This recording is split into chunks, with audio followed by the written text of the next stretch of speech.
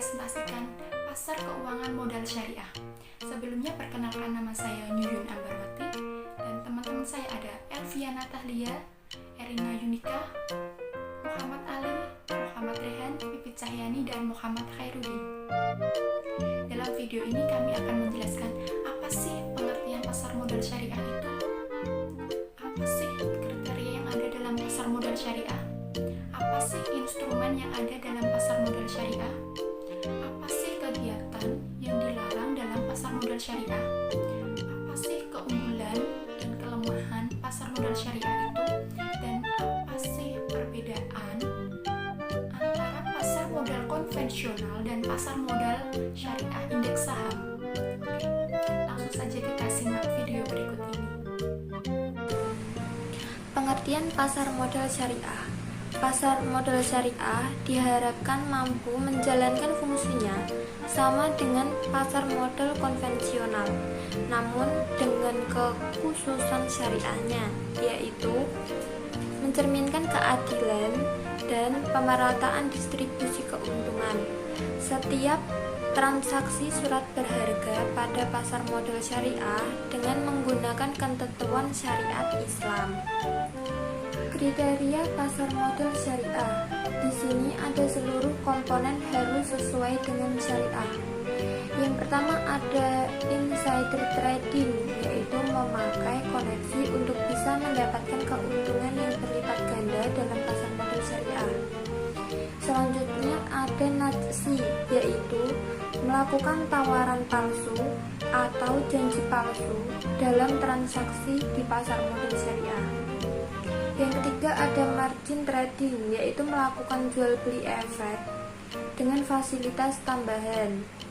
Selanjutnya ada bai al-ma'dum, yaitu menjual efek syariah yang sebenarnya masih belum menjadi miliknya, akan tetapi akan menjadi miliknya. Dan yang terakhir ada ikhtikar atau penimbunan, yaitu membeli dan mengumpulkan efek syariah sehingga harganya naik dan akan merugikan pada pihak lain. Assalamualaikum warahmatullahi wabarakatuh. Perkenalkan, nama saya Rina Yunika Nisya Trisna, NIM 18101011018. Saya akan menjelaskan mengenai slide keempat dan kelima, yaitu jenis usaha yang tidak boleh untuk ditiru. Yang pertama ada pembuat, penjual, dan pembeli makanan serta minuman yang haram untuk dikonsumsi. Yang kedua ada lembaga keuangan yang menggunakan sistem bunga atau ribawi. Yang ketiga ada perjudian dan segala hal yang memiliki unsur perjudian. Yang keempat ada pembuat, penjual, dan pembeli barang-barang atau jasa yang bisa merusak hati nurani dan moral sebagai seorang manusia. Untuk memenuhi ketentuan akad syariah, yang pertama ada mudarobah atau kirot, adalah perjanjian yang menyatakan bahwa pihak penyedia dana akan menyerahkan modal kepada pengelola.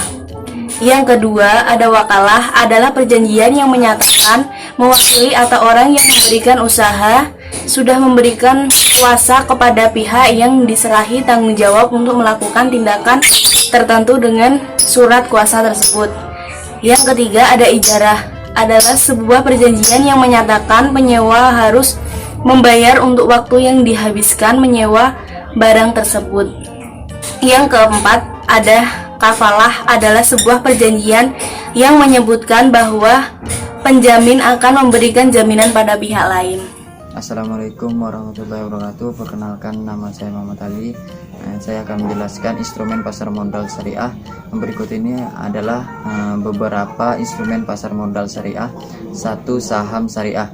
Saham syariah adalah bukti kepemilikan seseorang dalam sebuah perusahaan terbuka. 2. Obligasi syariah. Obligasi syariah adalah bukti tanda yang ditanggung oleh emiten yang harus dibayarkan beserta bunganya saat sudah jatuh tempo. 3. Reksadana syariah. Reksadana syariah adalah sebuah reksadana yang berjalan sesuai dengan syariah dan kuliah yang sudah ditetapkan. 4. Aset syariah. Aset syariah adalah efek yang diterbitkan oleh kontrak investasi kolektif EBA syariah yang portofolionya terdiri dari aset keuangan. 5. Waran syariah. waran syariah adalah efek yang diterbitkan oleh sebuah emiten atau perusahaan yang memberi hak pada pemegang efek yang termasuk dalam daftar efek syariah untuk memesan saham dari emiten pada harga tertentu untuk jangka waktu 6 bulan atau lebih sejak diterbitkannya. Selanjutnya saya akan jelaskan tentang kegiatan yang dilarang dalam pasar modal syariah. Dalam muamalah, manusia diperbolehkan melakukan kegiatan banyak hal untuk mencapai atau untuk dalam hal ekonomisnya, tetapi dengan menghindari segala bentuk transaksi mengandung unsur riba pun itu tidak diperbolehkan dalam transaksi ini. Selain itu, cara kerja pasar modal syariah terhindar dari kegiatan muamalah yang dilarang, bagaimana dengan salah satunya dalam tingkat pemerintah atau negara, dan yang kedua tentang syariat dalam Islam. Salah satunya adalah gharar, ketidakpastian dalam suatu akad. Jadi ketika kita akad atau kita melakukan suatu hal kepada seseorang tapi kita berbohong, nah itu tidak diperbolehkan dalam ini. Yang kedua adalah riba, tambahan yang diberikan dalam pertukaran barang-barang. Jadi jika suatu barang itu hanya satu dan kita tidak boleh ibaratnya menggunakan atau melebih-lebihkan barang-barang syariah itu, pasar modal syariah itu banyak referensinya dan banyak tujuannya.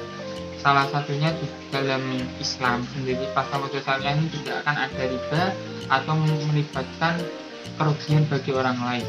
Jadi jika barang itu terkonvensional berdasarkan prinsip dalam Islam, itu akan